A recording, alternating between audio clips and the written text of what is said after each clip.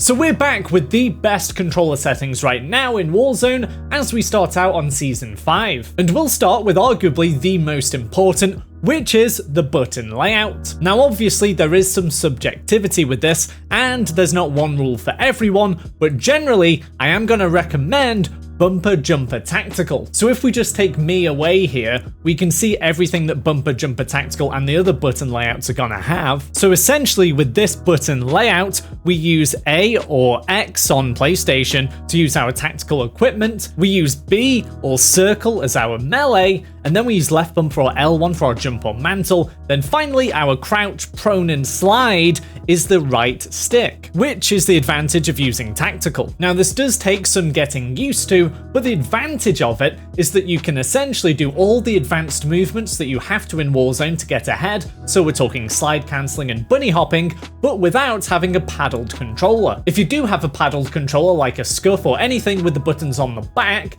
then this doesn't matter too much, as you can just wire up whatever mapping you want to the back buttons. But for the rest of us, if you are using this button layout, means you can slide cancel with the right stick, then bunny hop with the left bumper when the time comes. Now you can actually take this all a step further and flip it, which essentially means your bumpers and triggers are now flipped. So again, if we just take my camera off quickly, we can see that jump and mantle is now left trigger instead of left bumper, and now to aim down the sight and fire the weapon, it's now the bumpers or L1 and R1 on PlayStation. Now you might think that's just needlessly complicating everything, and it'll just take you longer to get used to the buttons. Okay, the last part of that is true, but what this does is save you like a millisecond of time every time you fire your weapon or aim down sights. Now as you know, sometimes getting that extra bullet out before your enemy can be the difference between getting the kill and dying. Now I know that's not going to be for everyone,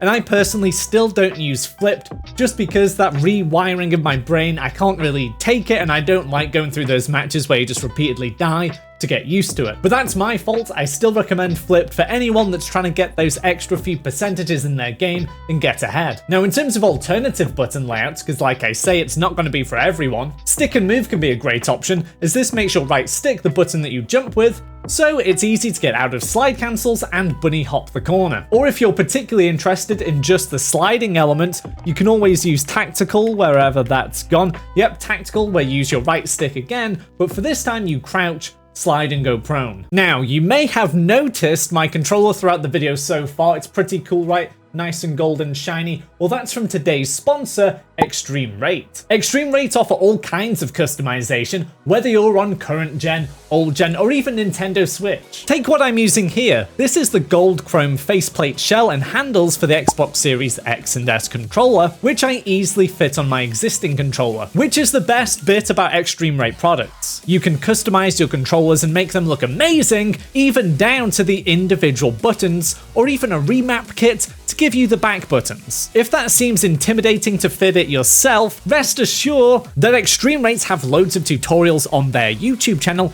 to guide you through all installations. And you can use any of these customizations, but at the fraction of the cost of actually buying a new controller. Now, if you do like the look of this gold chrome faceplate that I've got here, Extreme Rates are kindly giving 2 away, and you can be one of the winners. These are specifically for current gen Xbox, by the way, but all you have to do is subscribe to Extreme Rate on YouTube and comment in this video with the words Extreme Rates Gold. The giveaway will last for 1 week. If you're not one of the lucky 2, or you're not a current gen Xbox user, you can head over to extremerates.com or follow the links in the description to see all the great products on offer. And when you use the code SPRINGLEAF at checkout, you can get 10% off. Now let's get back to the settings. Okay, now I'm going to start flying through some of these as they're not super important, such as stick layout preset, just leave that as default. Invert vertical look, that's basically up to you, but for most people, disable it. Then we come to dead zone, and this is one of the settings that I actually get a lot of questions about,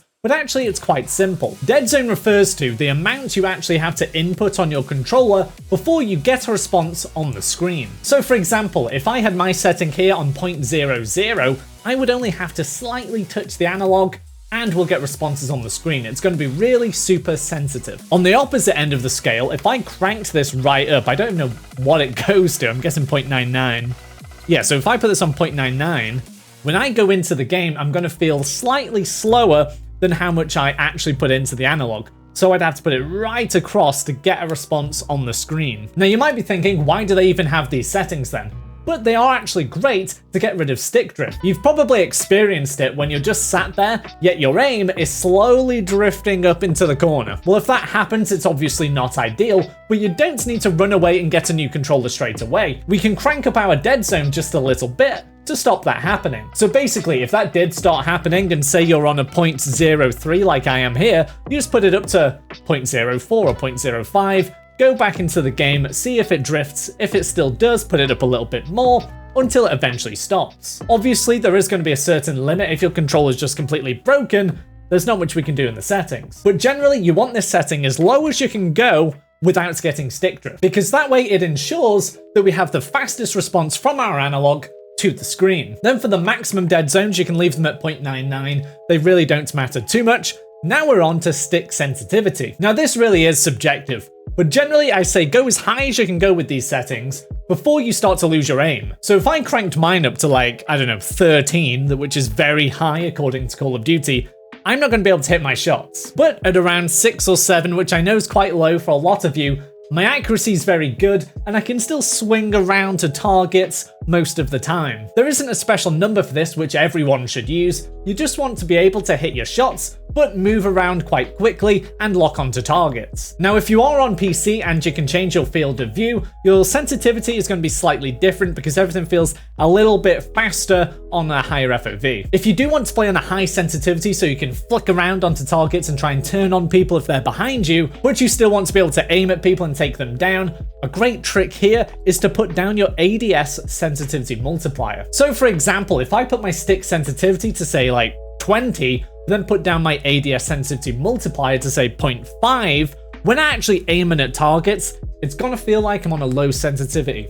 I'm gonna be able to just hit people like I'm playing on, I don't know, like 4.4 or something. And it's a great way to be able to have that high sensitivity movement, but still be able to aim at people and actually lock onto them. Again, there's not a perfect number for this, but if you are looking for one to try out, I do recommend 0.80. This just takes a little bit of speed off your aiming down sight sensitivity and makes it much easier. You can even customize this sensitivity per zoom, which I did for a while, but then just took off and put 0.80 on everything because I felt it was great. But if you want to change it for snipers or specific scopes, then you can absolutely do that. Then we've got aim response curve, which I've made videos on in the past, so I'm not going to bore you too much. I'll put that link in the description. But generally, I think dynamic is best for a lot of submachine gun players and fast-paced players. Linear, on the other hand, is good for veterans of the game who play a mixed role, so they're SMG players, assault rifle players, and for Warzone on Caldera specifically, linear is fantastic. If you still count yourself as a beginner,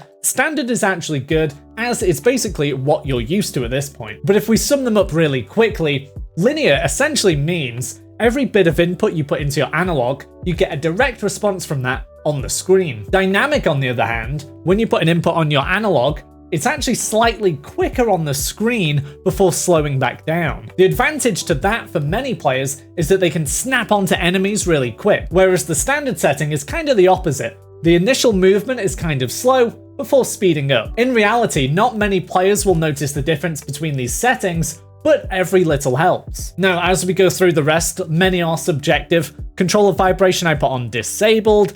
Aim assist, I've gone back to standard. Again, I've got a whole other video on this. But if you'd like to know really quickly, basically precision means there's less aim assist overall, but actually I find it quite strong even though the bubble is smaller. Then with focusing, you find it's just super strong, like ridiculously strong, and it's a wider bubble and everything. But weirdly, it can actually put you off when you're playing. For example, if there are multiple enemies, you kind of get stuck on players. It's absolutely ridiculous. So for me, I kind of stick to standard unless I'm only playing Caldera, and actually I switch to precision. Then for many of these other settings, we can basically leave them how they are until we get to use and reload behavior. and I'm guessing by now you've got on contextual tap. If you haven't, definitely get this on. It basically means you can tap X or square to pick up weapons rather than holding onto it, which saves you a little bit of time. Then as we go through some more, there is some more subjective stuff, but I do recommend putting on your armor plate behavior as apply all. It's just slightly more intuitive and saves you a bit more time again. For slide behavior, we want this as tap. It just helps a little bit more when slide cancelling. Then the other big one for me to improve your movement is to put on automatic tactical sprint as your automatic sprint. So imagine you're standing still kind of surveying an area and someone shoots you from the side and you don't notice. All you have to do now to go into that tactical sprint with your weapon up so you move at your fastest is to press up on the left analog. This makes it way more intuitive and just quicker to move around the map. Then for the final settings here, they're not super important, but parachute auto deploy I recommend putting on disabled. This makes it so you have to pull your chute, but when you do this, you can actually pull it much closer to the ground than when the automatic one kicks in. So you can just land quicker than some of your enemies. If you are interested in the best audio settings or the best graphic settings, they'll be linked down in the description or in the end screen right now over here.